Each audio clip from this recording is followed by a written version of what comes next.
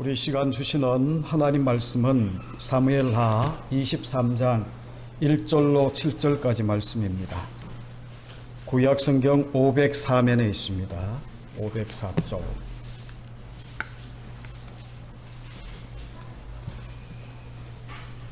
제가 봉독하겠습니다.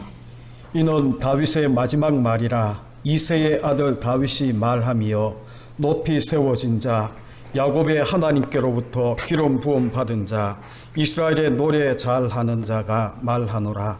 여호와의 영이 나를 통하여 말씀하시며 그의 말씀이 내 혀에 있도다.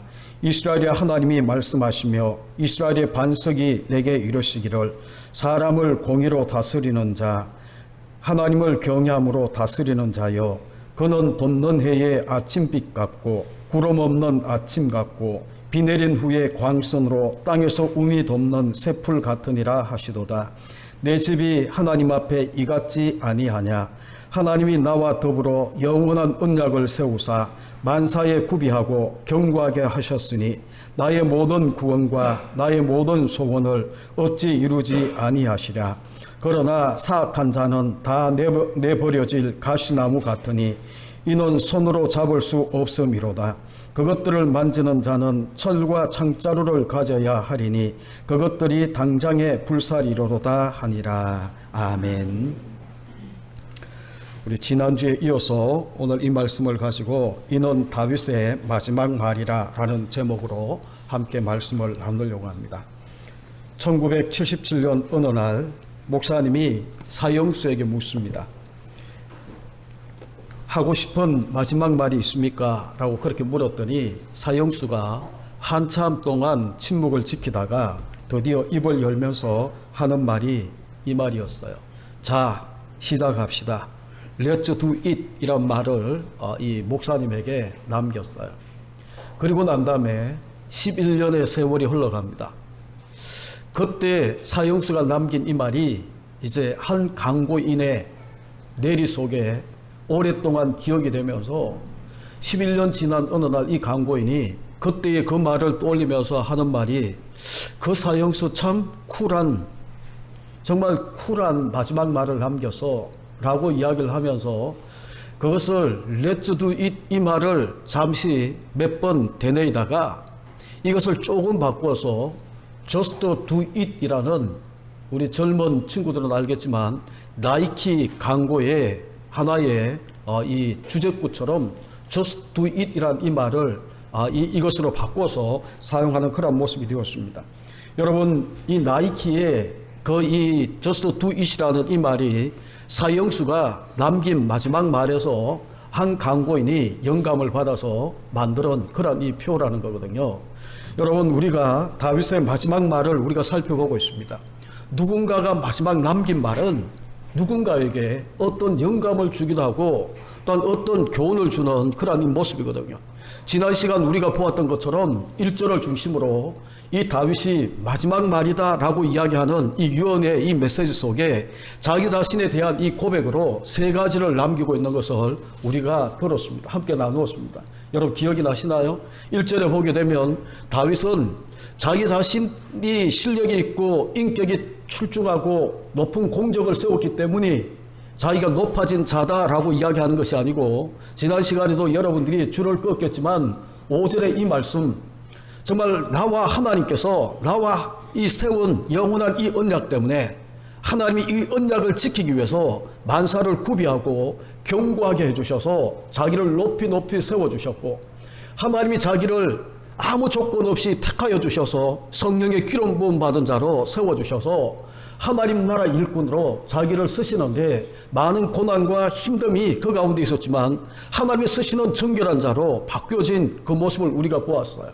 힘들고 어려운 때에 그는 정말 이 기쁘고 형통한 때에 노래 부르는 그런 모습은 있었지만, 이 다윗의 대부분의 노래가 그가 힘들고 어려울 때에, 고난 받을 때에 불렀던 노래였다라는 것을 우리가 보았습니다. 오늘 이어서 이 다윗의 마지막 말, 지난 시간은 자기 자신에 대한 고백으로 마지막 말을 남겼다면 오늘은 2절 3절을 중심으로 하나님에 대한 고백을 우리가 함께 보려고 합니다. 여러분 2절을 보시게 되면 여호와의 영이 나를 통하여 말씀하시며 그 말씀이 내 혀에 있다라고 이야기합니다. 하나님이 사람을 통해서 말씀하시는데 특별히 자기를 통해서 나를 통해서 하나님 말씀을 하시는데 그래서 자기가 내 입에 내 혀에 하나님의 말씀이 있다라는 고백을 그렇게 남기는 거예요. 여러분 하나님이 어떤 분입니까? 다윗이 고백하는 하나님은이죠. 사람을 통해서 말씀하시고 특별히 하나님의 택함 받은 자기를 통해서 하나님이 말씀하시고 그래서 하나님이 나를 통해서 사람을 통해서 말씀하기 때문에 하나님의 택함 받은 사람들에게는 그 혀에 그 입술에 하나님 말씀이 있다라고 그렇게 이야기하고 있는 거예요. 그래서 여러분 우리 장로님도 기도 중에 그렇게 이야기하셨지만 성도의 혀의 권세는 엄청난 겁니다.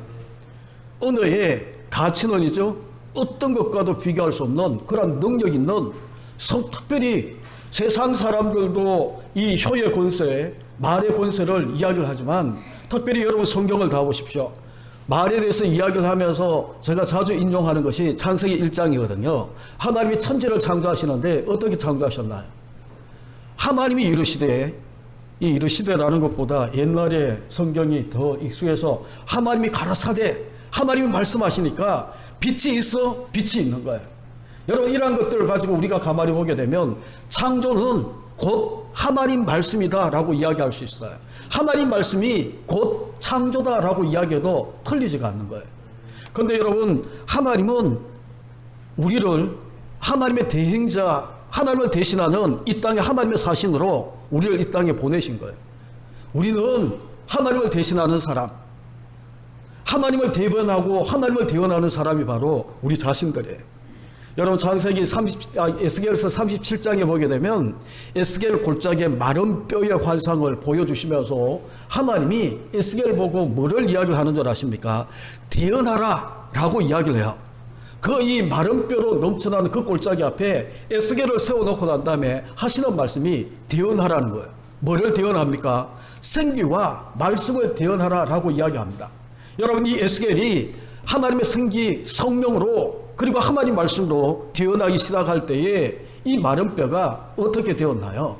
중간 과정을 다 뛰어넘어서 결국은 이 마른 뼈 정말 하나님의 군대가 되어서 일어나서 하나님 나라를 위해 쓰임받는 그런 모습으로 바뀌어지는 것을 에스겔서 37장은 우리 가운데 보여주세요. 우리는 그렇게 부름받은 사람이에요.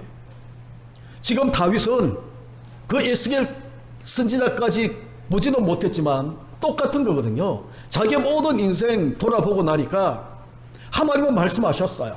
자기를 통해서 하나님 말씀하시는 거예요. 그래서 하나님 말씀하시는 그 말씀이 자기 혀에, 자기 말에, 자기 언어에, 자기 입술에 하나님 말씀이 있더라라고 이야기를 하는 거예요. 그런데 여러분 우리는 하나님의 사신처럼 하나님을 대신하는 우리들의 모습인데 여러분 어떤 면에서 보게 되면 우리는 남편에게, 아내에게, 내 자녀에게 하나님을 대신해서 우리가 말하는 사람이에요.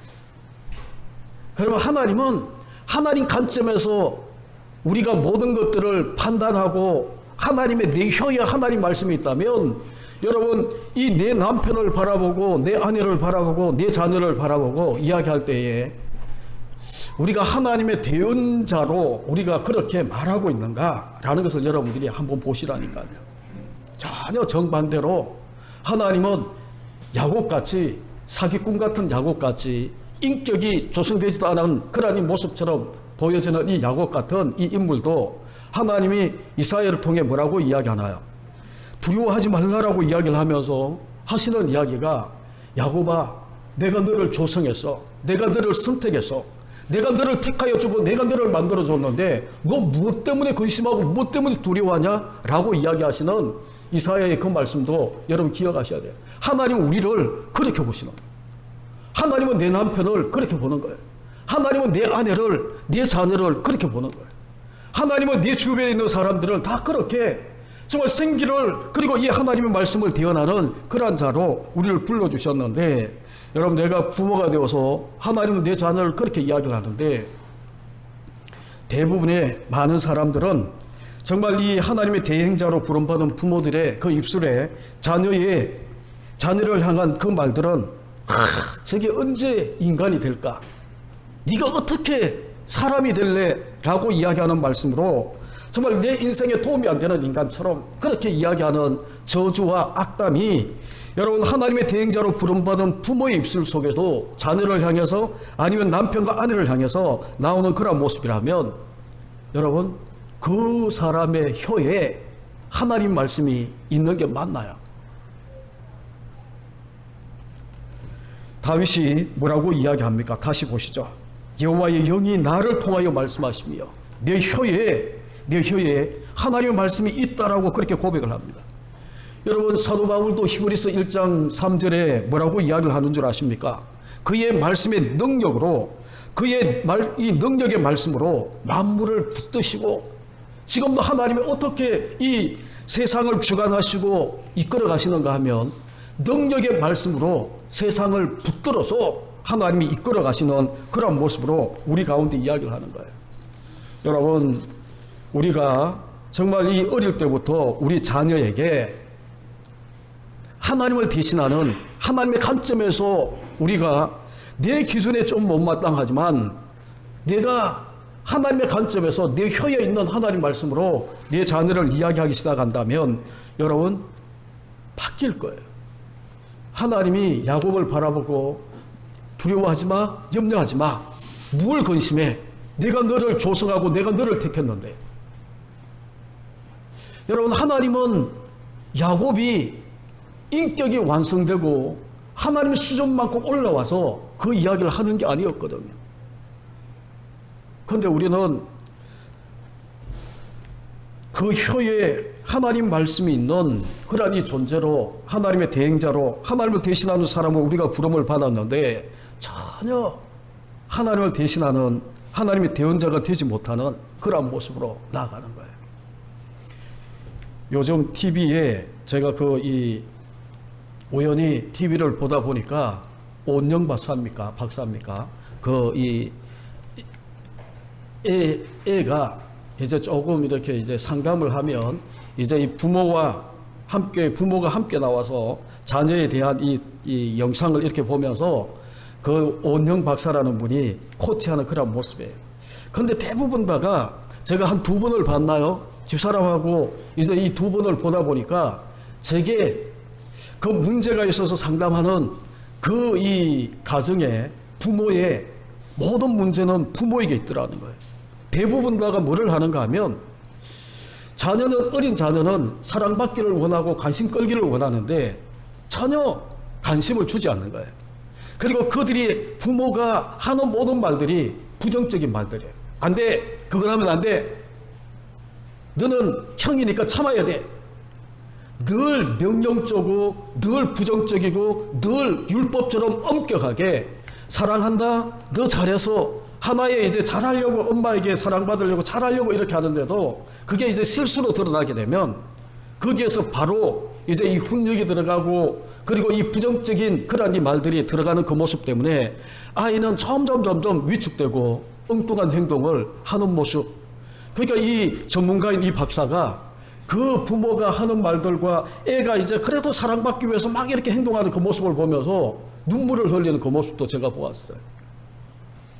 여러분 부모는 자녀에게 더더욱더 하나님의 대행자로 그렇게 부름받은 사람인데 내 자녀에게 부정적인 이야기를 하고 저주에 가까운 그런 이야기를 하면서 정말 이 자녀의 이 실수도 내가 용납하지 못하고 막 이런 모습으로 퍼붓기 시작하는 그런 모습이라면 여러분 다른 사람에게는 어떨까? 내 자녀에게도 그게 안 되는데 그러면 내 주변에 있는 사람들에게 어떤 말들을 할까? 여러분 세상에서는 그런 사람들 많을 수 있어요. 그런데 교회에서조차 그렇게 되면 안 되는 거거든요. 왜냐하면 우리는 하나님의 사람입니다. 늘 하는 이야기는 우리는 그리스도인이에요. 우리는 성도예요. 정말 이 성도가 모여있는 곳을 우리는 교회라고 이야기를 합니다. 그래서 이곳이 교회예요. 예수를 구주라 믿고 하나님의 아들이라 믿고 모여있는 우리가 바로 교회예요. 그리고 세상에서 내가 살면서 그렇게 많은 부정적이고 저주에 가깝고 정말 내가 실수하고 내가 허물이 있으면 이 끊임없이 더 부풀려서 이야기하는 그러한 이 말들 속에 우리가 살았다 하더라도 일주일에 한 번 이 교회에 와서 축복의 말을 들어야 되지 않겠나요? 내 사랑하는 영적 가족들에게 너 정말 잘했어. 너 지금 잘하고 있는 거야. 여러분 코로나19 때문에 다 지쳐있고 오늘 아침도 이렇게 보니까 대구 경제가 휘청하는 그런 뉴스도 보았어요. 현대차에 납품하는 그 회사가 그 외국 회사인데 이제 이 1년에 몇백억을 남기는 이익을 남기는 이 회사가 하루아침에 문을 닫는다라는 거예요. 그러면 거기에 연계되어 있는 그 모든 이제 이 가족들까지 졸지에 이제 이 직장을 잃게 되는 그런 모습까지 일어나는데 여러분 지금 우리가 살고 있는 코로나19 때문에 우리 가운데 펼쳐지고 있는 현실들입니다. 그러면 세상에서도 힘들어. 정말 이 코로나 때문에 세상에서도 안 좋은 소리 듣고 위축되고 정말 내일에 대한 막막한 이런 일들 불안감 때문에 힘들어할 때에 그래도 교회에 왔잖아요. 그럼 여러분 교회에서 하나님이 야곱을 바라보고 야곱아 왜 두려워하냐 왜 근심하냐 내가 너를 조성하고 내가 너를 만들고 내가 너와 함께 하는데 왜 두려워해 왜 염려해 라고 이야기하는 이런 말씀처럼 여러분 우리 혀에 이 하나님 말씀이 있는 거거든요. 옆에 사람 한번 보실래요? 화장하고 남자들은 로션 바르고 그래도 마스크까지 반틈을 덮고 있어서 힘든 척 안 하고 있지만 다 힘들게 살고 있는 분들이거든요. 우리 옆에 있던 분들 보고 힘내십시오. 제가 기도합니다. 한번 하시죠. 힘내십시오. 기도합니다. 이런 말들을 우리가 많이 들어야 돼요. 교회 와서 그리고 가정에서 정말 사랑하는 영적 가족과 육적 가족들이 정말 축복의 말들을 많이 하는 그런 모습으로 우리가 나아가서 교회 갔다 오고 나면 힘이 나. 교회 갔다 오고 나면 막 하고 싶은 내일에 대한 이 막막함이 나겠지만 하고 싶은 뭔가를 하고 뭔가가 될 것 같은 그런 이 하나님의 소망 가운데 일어나는 그런 모습이 있어야 되거든요.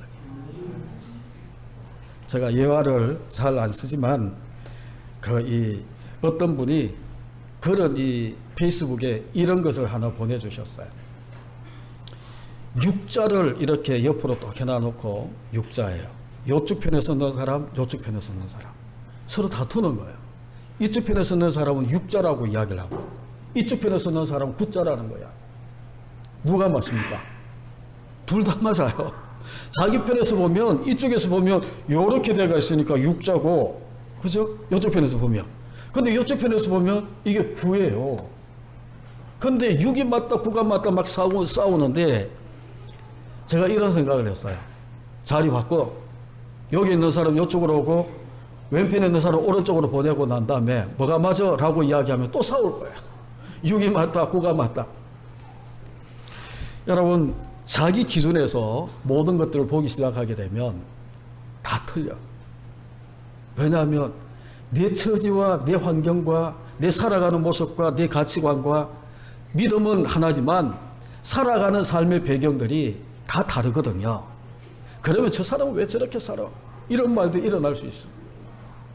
제가 어느 책을 보니까 이런 이야기가 있어요. 한 수도원에 수도사들이 이렇게 이 수행을 하는데 수도사들의 가장 큰 덕목은 뭔가 하면 절제예요. 절제. 그런데 이제 이 수도사들 중에 끼니 때마다 2그릇을 먹는 수도사가 있어요. 그런데 또 어떤 수도사는 한 끼에 1그릇만 먹어. 그런데 이제 이 2그릇을 먹는 이 수도사는 1그릇 먹는 수도사들과 다른 사람들로부터 비난과 조롱의 대상이 되었어요. 이 수도사가 돼가지고 먹는 것도 절제 못하고 그러면서 늘 불만을 터뜨리는 건 이제 이 한 끼 제가 이야기해서 2끼 먹는 한 끼에 2그릇 먹는 사람이 있다면 용서하고 들으십시오.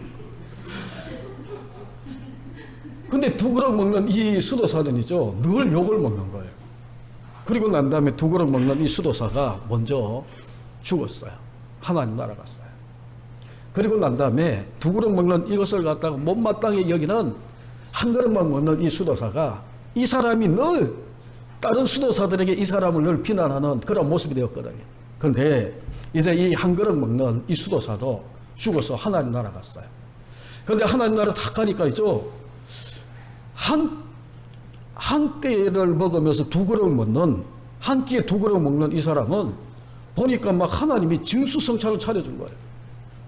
자기는 이제 절제하고 한 그릇 먹고 살았으니까 이제 하나님이 자기에게는 저것보다 배나 세 배나 더 좋은 진수성찬을 차려줄 거다 생각했는데 너무 초라한 밥상이 자기에게 펼쳐지는 거예요. 두 끼 먹는 수도사를 바라보고 두 그릇 먹는 수도사를 바라보고 자기 밥상을 바라보니까 이거 너무 불공평해. 천국도 이렇게 불공평하냐고. 그래서 하나님 사자보고 물었어요. 아니 저 친구는 수도사에 있으면서 절제를 못해서 한 끼 두 그릇 먹는 사람이었고 자기는 절제해서 한 그릇만 먹었는데 왜 이렇게 하나님이 다르게 대접하냐고.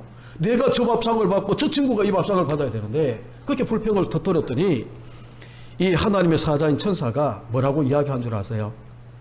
야, 공평한 거야. 저 수도사는 정량이 원래 한 끼에 세 그릇인데 절제를 해서 두 그릇만 먹었어. 근데 너는 정량이 한 그릇이었잖아. 근데 한 그릇 정량이 네가 한 그릇을 먹었는데 어떻게 절제를 했냐. 근데 저 친구는 세 그릇이 정량이에요.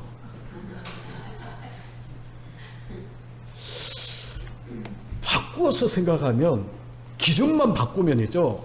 다 이해가 돼.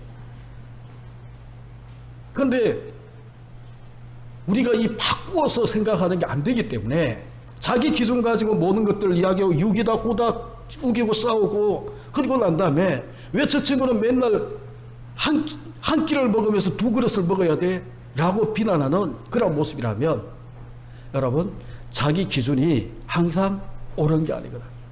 하나님은 다 아셔. 정량이 세 그릇인데 절제해가지고 두 그릇 먹는 그 수도사가 상을 받는 거예요. 옆에 분 한번 보십시오.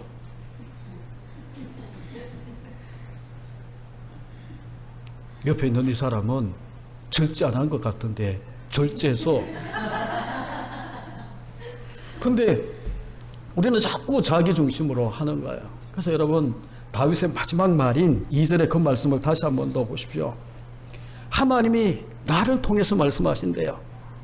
그래서 나를 통해서 말씀하시는 그 하나님의 대언자로 부름을 받았는데 그러면 그 입술에 뭐가 있어야 되나요? 하나님 말씀. 하나님 말씀이 있어야 돼요. 그러면 여러분 내 혀에 말씀이 그 말씀이 내 혀에 있도다라고 이야기하는 이 말씀을 여러분 기억하시고 다윗은 한평생 정말 예수 그리스도를 만나고 하나님을 믿고 자기는 그렇게 훈련받으면서 그렇게 살았더라라고 고백하는 거거든요. 우리가 한평생 다 살고 난 다음에 사형수가 Let's do it이라고 외치는 그 말씀처럼 여러분 우리가 누군가에게 정말 다윗과 같이 누군가에게 나의 마지막 말이 누군가에게 고백이 될 수 있도록 영감이 되고 정말 하나의 지침이 될 수 있도록 저와 여러분이 우리도 그렇게 고백했으면 좋겠어요. 하나님이 내 인생을 통해 말씀하셨어. 그래서 내 입술에 내 혀에는 그분의 말씀이 늘 항상 있어서 라는 고백을 할 수 있는 다윗과 같은 고백이 저와 여러분 고백되시기를 간절히 주님의 이름으로 축원합니다. 그리고 3절에 보시게 되면 이스라엘이 하나님이 말씀하시며 라고 이야기합니다. 여러분 지금까지 다윗은 나의 하나님이었어요. 나의 하나님이요 나의 하나님이요. 여러분 시편을 보시게 되면 다윗은 나의 하나님이라고 불렀던 그 이 고백들이 너무너무 많습니다. 그런데 이제 마지막에 와서 그가 하는 고백이 뭔가 하면 이스라엘의 하나님이요 라고 그렇게 이스라엘이요 이스라엘의 하나님 그렇게 외치고 있는 고백하고 있는 이 말씀을 우리가 보게 되는 거거든요. 여러분 하나님과 만남은 신앙의 출발은 내 개인적으로 시작합니다. 그런데 내 개인적으로 예수 그리스도를 만나고 나의 주 나의 하나님 그렇게 고백했던 이게 이제 이 시간이 가면서 네 신앙이 점점 더 성숙하고 자라나기 시작하면서 어디까지 확장되어야 되는가 하면 공동체적인 하나님으로 고백하는 데까지 나가셔야 돼요. 그게 말씀과 기도로 더 거룩해지는 성도의 모습이에요. 나의 하나님이 이제는 대구 기쁨의 교회의 하나님, 이 민족의 하나님, 이스라엘의 하나님이 말씀하시며 라고 이야기한 이 말씀. 여러분 우리가 잘 아는 것처럼 정말 이제 거의 우리가 어찌할꼬 라고 외치는 거의 간수를 보고 바울이 하는 말이 주 예수를 믿으라. 주 예수를 믿는 것은 내 개인이 믿는 거예요. 그런데 내 개인이 예수 그리스도를 만나고 내 주여 나의 주여라고 고백하는 주 예수를 믿는 그런 모습이 된다면 그 다음이 뭐예요? 그리하면 너와 내 집이 구원을 얻으리라. 여러분 이게 뭔 줄 아세요? 이것 가지고 많은 분들이 묻는데 내가 믿는데 어떻게 나와 내 집이 구원을 얻지? 그들이 믿지도 않는데 맞아요. 근데 이 말씀은 있죠. 믿음은 개인으로 출발하는 거예요. 주 예수를 내가 믿어. 근데 내가 믿고 내가 정말 복음을 받아들인 이것이 이제는 어디로 흘러 넘쳐야 되는가 하면 너와 내 집, 내 가정, 네 식구들에게 정말 구원이 미치도록 그렇게 만들어 가야 된다는 거예요. 여러분 구약에 보게 되면 안식일에 대한 규례가 굉장히 많이 나옵니다. 그런데 안식일은 쉬는 거거든요. 안식일은 주님과 더불어 쉬는 거예요. 노동을 그치는 거예요. 그런데 여러분 나만 안식일에 쉬는 것이 아니고 여러분 구약에 나와 있는 안식 규례들을 다 한번 찾아보십시오. 뭐라고 이야기하는가 하면 내 집에 거하는 아내도 자녀도 남종도 여종도 나그네까지 내 집에 머물고 있는 나그네까지 내가 안식일에 누리는 안식일의 이 축복이 내 집에 머물고 있는 내 가정에 머물고 있는 모든 이들에게까지 다 흘러 넘쳐서 그들도 안식일의 축복을 누려야 된다는 거예요. 여러분 내가 믿은 이 믿음의 복이 내가 받아들인 이 복음의 능력이 나에게만 머무는 이런 모습이 아니고 다윗은 있죠. 이스라엘이 하나님이 말씀하시며 이스라엘이 하나님이라고 고백하는 이것은 내가 예수 그리스도를 만나고 하나님을 만나고 그렇게 내가 신앙생활했던 이 신앙의 축복이 믿음의 이 축복이 이제는 이스라엘 전체까지 미치는 이스라엘의 하나님으로 그렇게 확장되어지는 그 모습의 고백이 바로 이스라엘의 하나님이 말씀하시며 라고 고백하는 그 고백이에요. 여러분 나로 인하여 내가 예수 믿고 난 다음에 내 주변에 있는 사람이 내가 믿은 이 믿음의 삶을 통해 정말 내 주변에 있는 사람이 유익을 얻어야 해. 내가 예수 믿는 이것 때문에 네 주변에 있는 사람이 복을 받아야 돼. 너는 복 자체다라고 이야기하지 않았어요. 아브라함을 부르면서 복의 근원이라고. 내가 받은 이 복이 이제 이 시각이 되어서 근원이 되어서 내 주변에 있는 나를 만나는 모든 사람들에게 복음이 막 미쳐지는 유익을 끼치는 그런 모습이 되어야 되는데 다윗은 있죠. 자기가 믿었던 붙잡았던 이 하나님의 이 언약의 메시아 이 언약이 이스라엘 전체까지 미치고 있는 그런 고백으로 이스라엘의 하나님이 말씀하시며 라고 이야기를 하는 거예요. 여러분 한번 돌아보시죠. 지금까지 신앙생활 여러분 몇 년 하셨나요? 예수 그리스도를 구주로 안 믿고 몇 년을 여러분들 신앙생활 하셨나요? 여러분 때문에 믿음 생활은 여러분 때문에 유익을 얻었다라고 이야기하는 사람이 몇 사람이 되나요? 나는 저 장로님 때문에, 저 권사님 때문에, 저 집사님 때문에, 예수 믿는 누구누구 때문에 나는 너무너무 유익을 얻었어. 근데 안타까운 것은 예수 믿는 내가 다른 사람이 유익이 아니고 오히려 상처를 주고 더 주저앉게 만드는 그런 모습이라면 그래서 여러분 지금부터 이제 이 다윗의 마지막 유언의 마지막 이 말이 우리에게 교훈이 되고 우리에게 하나의 영감이 되셔야 되거든요. 그럼 지금도 늦지 않았어요. 나 때문에 유익을 얻는 사람이 많아지도록. 그렇게 되려고 하면 여러분이 구원의 축복이 얼마나 큰가를 아셔야 되는데 구원의 능력을 여러분 아시나요? 구원의 축복을 여러분이 아시나요? 내가 구원받은 것이 너무너무 행복한 그런데 교회에서는 내가 구원받은 것이 막 행복한데 교회 문만 나가면 구원은 아무 영향이 없는 여러분 정말 구원이 내게 기쁨이 되고 내게 축복이고 정말 어떤 것과 바꿀 수 없는 그런 축복이라고 우리가 믿는다면 그것을 우리가 자랑해야 되잖아요. 그것을 우리가 많은 사람들에게 외쳐야 되잖아요. 그래서 내가 이 믿음으로 얻은 이 구원의 복이 주변에 있는 많은 사람들에게 전파되게 해야 되잖아요. 그런데 누가 이야기하는 것처럼 다 이순신 신앙이야. 내가 믿는 것을 주변 사람들이 알지 못하도록 그렇게 이야기하는 성도들이 얼마나 많은지. 우리 대구 기쁨의 교회는 없는 줄 믿어요. 내가 예수 믿는가? 너무너무 좋다. 그렇게 막 외치는 그런 모습 되셔야 되는데, 내가 교회 다니는 것 아무도 모르게 만들고, 그죠? 그러면 내가 예수 믿은 이것이 아무 유익이 안 되는 거거든요. 여러분 한번 헤아려 보십시오. 나 때문에, 내가 예수 믿은, 내가 믿음 생활하는 이것 때문에 내 주변 사람들이 얼마나 유익을 얻고 있는가. 그리고 이 세 번째, 이제 마지막 다윗의 이 하나님에 대한 고백이 뭔가 하면, 여러분 이스라엘의 반석이 내게 이르시기를 그렇게 이야기를 하는 거예요. 여러분 3절을 다시 보시죠. 이스라엘의 하나님이 말씀하시며 이스라엘의 반석이 내게 이르시기를. 여러분 지금 하나님의 영이 나를 통해서 말씀하시는, 사람을 통해 말씀하시는 하나님에 대해서 이야기를 하시고, 그리고 난 다음에 공동체의 하나님, 이스라엘의 하나님이라고 고백하고 난 다음에 마지막 이스라엘의 반석. 여러분 다윗의 시편을 여러분 읽다 보게 되면, 여호와는 나의 힘이요 나의 반석이요 나의 구원이요. 근데 반석이란 말이 무지무지 많이 다윗은 이야기를 해요.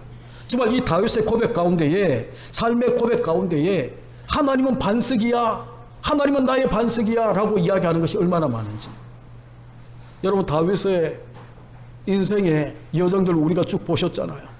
정말 힘들고 어렵고 정말 고통이 그 가운데, 고난이 그 가운데 찾아왔을 때에 다윗은 있죠, 어디로 피하는가 하면 반석이신 하나님 앞에 피해요. 반석이 뭡니까? 정말 이 반석이라는 거 하는 것, 이 원어의 개념은 뭔가 하면 우리의 기초, 우리의 피난처, 흔들림이 없는 우리의 상성, 요새, 이런 의미와 똑같은 것이 반석이에요. 근데 우리가 힘들고 어려울 때에 흔들리지 않는 이 반석 가운데 피난처 삼고 그렇게 피난하는 것이 옳은 거거든요. 그래서 다윗은 하나님을 나의 반석, 정말 이스라엘의 이제 나의 반석에서 이스라엘의 반석으로 확장해서 고백하고 있는 이 모습을 우리가 보게 되는 겁니다. 여러분 하나님은 반석이세요. 우리가 힘들고 어려울 때에 정말 평구한 그 반석 위에, 피난처 위에 우리가 숨으면, 거기에 피난하면 우리가 안전하게 보호받을 수 있는 곳이 바로 하나님, 반석이신 하나님이라는 거예요. 그래서 여러분 이 다윗의 이 고백을 여러분이 가만히 떠올려 보시면서 우리가 기억하셔야 돼요. 여러분이 고백하는 하나님은 뭐예요? 여러분이 한평생 신앙생활을 하고 난 다음에 내 자녀와 내 사랑하는 이들이 나의 임종을 지켜보는 그 가운데에 내가 한평생 믿었던 이 하나님은 이런 하나님이어서, 그 하나님은 나를 통해서 말씀하시며 그 하나님의 말씀이 내 혀에 넣어 있었어. 나의 하나님이었을 뿐만 아니라 우리 가정의 하나님, 내가 섬겼던 교회 하나님, 그리고 이 민족의 하나님, 그 하나님은 나의 피난처되는 반석일 뿐만 아니라 우리 가정이 힘들고 어려울 때에 정말 도움이 될, 안전하게 나를 지켜주는 우리 가정의 반석이었고, 그리고 이 민족이 힘들고 어려울 때에 이 민족을 지켜줬던 이스라엘의 반석, 이 대한민국의 반석, 그렇게 고백하는 다윗의 이 고백처럼 여러분은 어떤 하나님을 마지막에 내 사랑하는 이들에게, 내가 이 세상을 떠나면서 하나님은 이런 분이어서 그렇게 이 고백하며 떠나시겠어요? 그리고 우리가 이 마지막 말을 바라보면서 이제 이어지는 그 말씀을 보시게 되면 3절 후반부부터 이제 이 다윗이 메시아에 대한 예언을 남겨요. 예수 그리스도, 우리 식으로 이야기하면 오실 예수 그리스도. 구약의 백성들은 오실 메시아에 대해서 이야기했다면 우리에게 하나 남았잖아요. 다시 오실 예수 그리스도.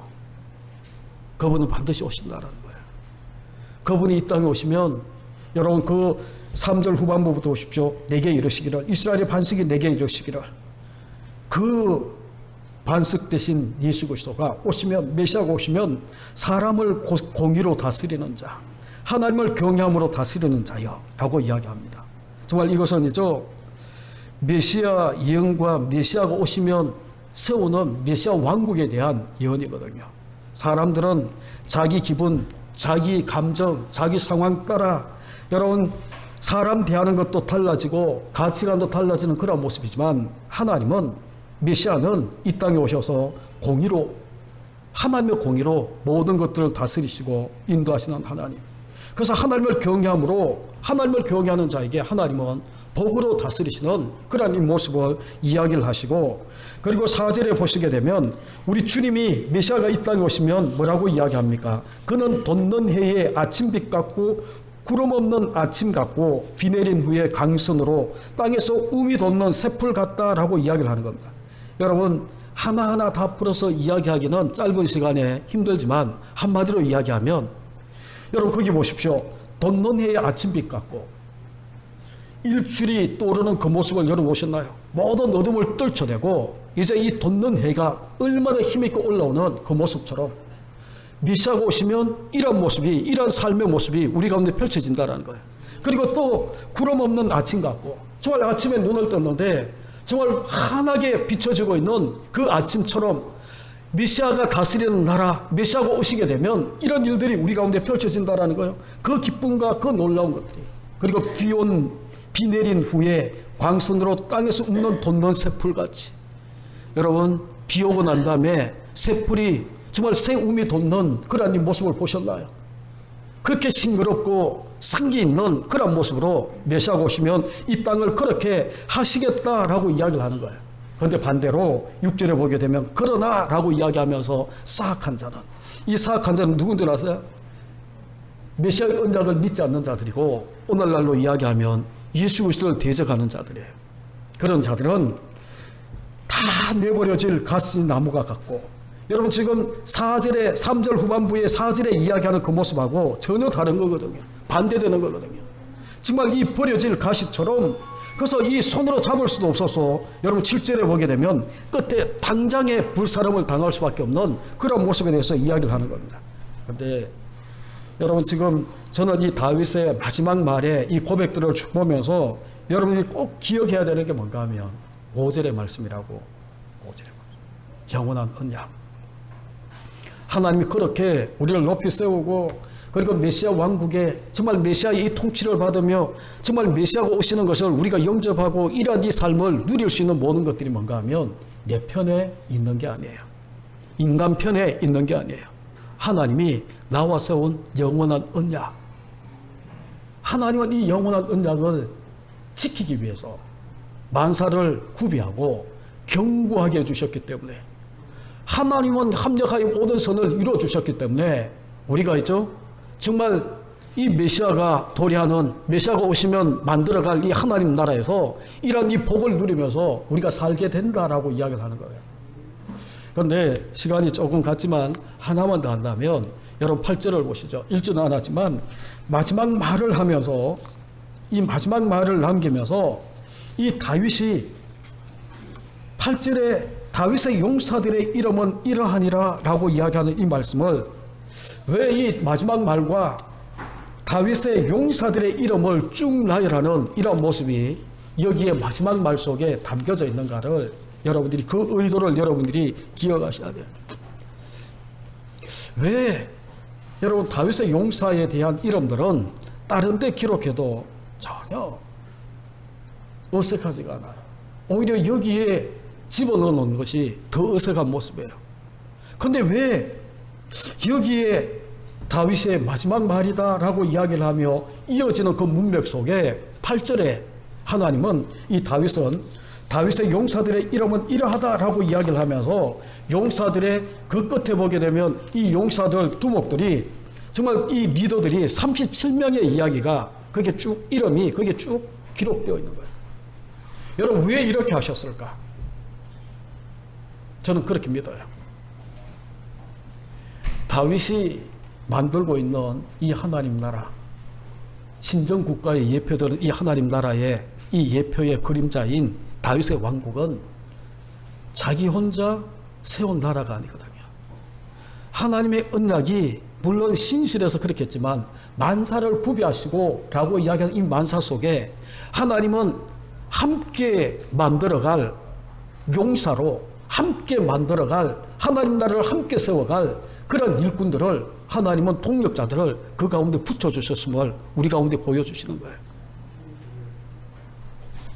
여러분 신약의 나중에 로마서를 여러분 가운데 제가 강의하고 싶다 수요 예배 때 그렇게 이야기했지만 로마서의 맨 마지막 16장에 가게 되면 사도 바울도 자기 사역에 하나님 나라를 함께 세워갔던 자기를 위해서 눈이라도 띄워주고 목이라도 내어줄 그런 이 동력자들의 이름들을 거기에 쭉 기록하면서 그들을 문안하라 라고 이야기를 해요.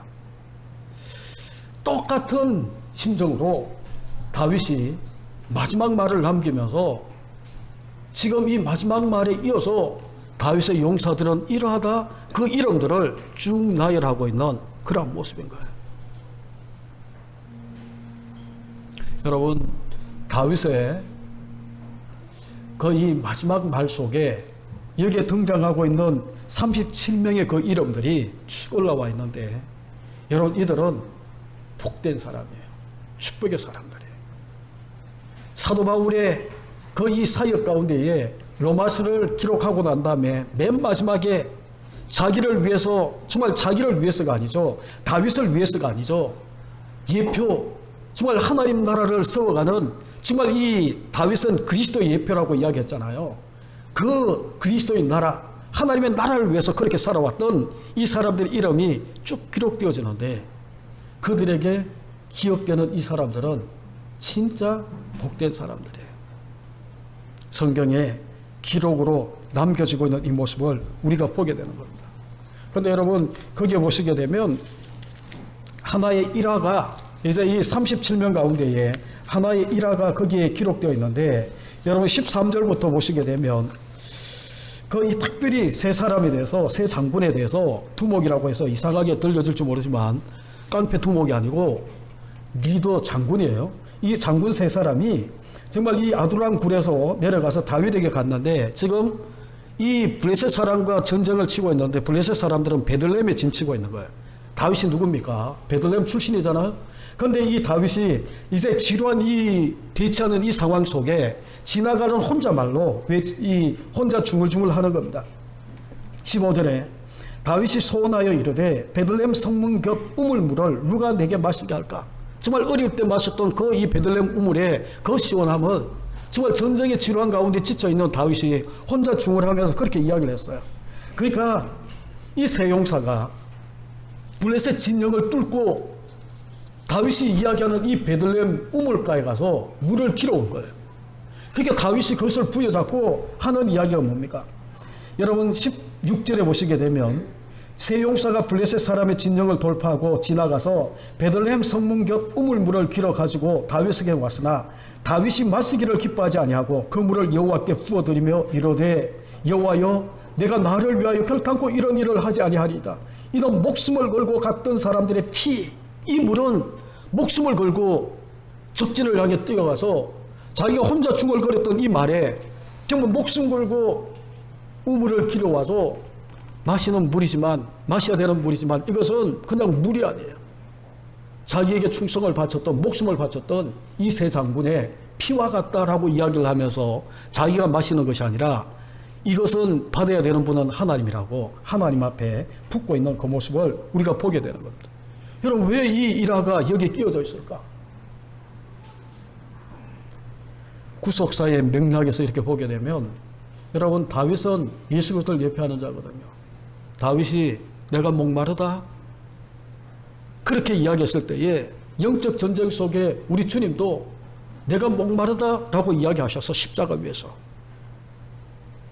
그런데 다윗을 위해서는 세 장군 정말 목숨을 걸고 자기 목숨을 내어놓고 바울이 이야기하는 것처럼 내게 목이라도 네 목이라도 내어줄 자라고 이야기하는 브리스길라와 아굴라처럼 정말 이 세 장군은 다윗에게 그런 사람이었어요.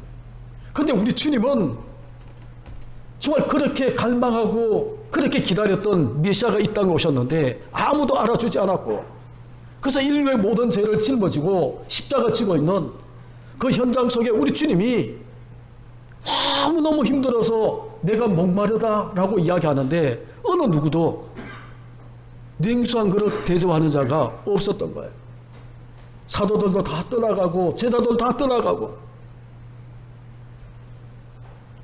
저는 그렇게 믿어요. 왜 이야기가 여기에 끼어져 있을까? 우리 주님이 하나님 나라 위해서 내가 목마르다라고 이야기할 때에 다윗은 정말 목말라 하는 이런 이야기를 듣고 목숨 걸고 정말 이 물을 떠오는, 목을 죽일 수 있는 이 물을 떠오는 그런 이 충성된 일꾼이 있었는데 우리 주님에게는 없었던 거예요. 3년 동안 다 그렇게 함께 동고동락하고 함께 먹고 마시면서 그렇게 지냈던, 가르쳤던 그 제자들조차도 마지막 십자가 지는 자리에서는 없었어요. 그런데 성령이 임하고 그들이 바뀌잖아요. 목숨을 내어놓잖아요. 지금도 우리 주님은 목말라, 내가 목말라라고 이야기할 때에 성령의 기름 부음 받고 이제는 내 목숨 우리 주님 위해서 바치고자 그렇게 달려가는 일꾼들이 누굴까? 우리 주님은 기억한다라는 거예요. 다윗이 기억하고 바울이 기억하고 그렇게 기억하면서 이 성경의 생명책에 기록되는 이 모습처럼 우리 주님도 당신의 나라를 위해서 정말 우리 주님을 위해서 그렇게 헌신할, 목숨을 충성을 할 그 일꾼들을 우리 주님도 기억한다라는 거예요. 제가 감히 그런 생각을 했어요.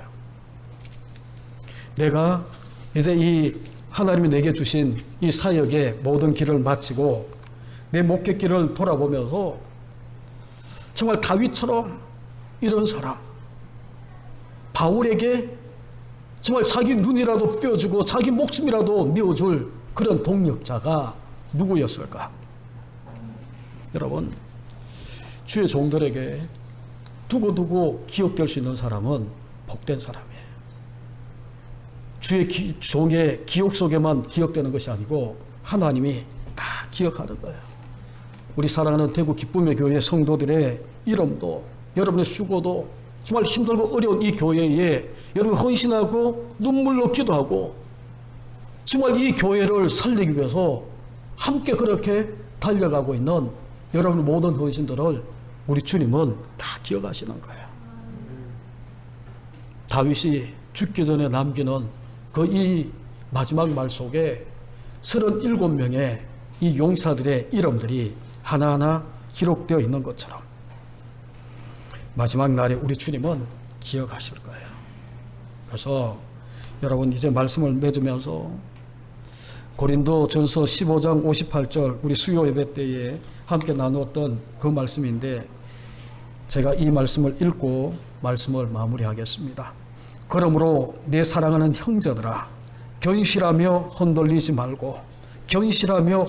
말고 항상 주의 일에 더욱 힘쓰는 자들이 되라. 항상 주의 일에 더욱 힘쓰는 자들이 되라. 이는 너희 수고가 주 안에서 헛되지 않은 줄 알미니라. 이는 너희 수고가 주 안에서 헛되줄 않은 줄 알미니라. 여러분이 떠나시면서 마지막 말로 어떤 말을 여러분이 남기실 건가? 어떤 고백을 여러분이 하실 건가? 여러분, 우리의 마지막 말도 여러분 한번 생각해 보시고 내 삶이 그 마지막 남기고 싶은 그 말에 부끄럽지 않는 삶을 살아가시기를 간절히 주님의 이름으로 축원합니다. 기도하겠습니다. 주하게 마치 우리 함께 기도할 때에 다윗의 마지막 말, 목숨을 걸고 함께 하나님 나라를 세워갔던 그 일꾼들, 다윗에게, 바울에게, 우리 주님에게 내가 목숨을 걸고 그렇게 살아가는, 충성하는 하나님의 일꾼 되겠습니다. 또한 여러분, 우리 대구 기쁨의 교회, 이 교회를 여러분들이 기억하시고 기도하시고 하나님 나라 위해서 더욱더 헌신할 수 있는 마지막 날에 부끄럽지 않는 우리의 삶을 위해 우리 시간 기도하며 나갑니다.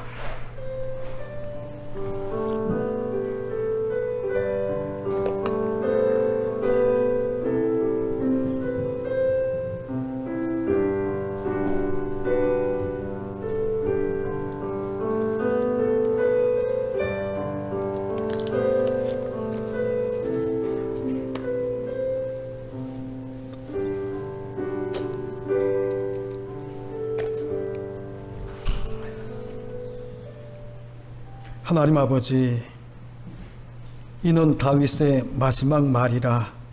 다윗의 이 마지막 유언의 메시지를 통해 우리 가운데 말씀하시는 주의 음성 기억합니다. 우리 삶이 마지막 날에 부끄럽지 않는 삶 되게 지금부터 신실한 삶을 살기에 부족함이 없도록 성숙한 자의 삶이 되도록 하나님 인도하여 주옵소서. 예수님의 거룩하신 이름으로 축복하며 기도하옵나이다. 아멘.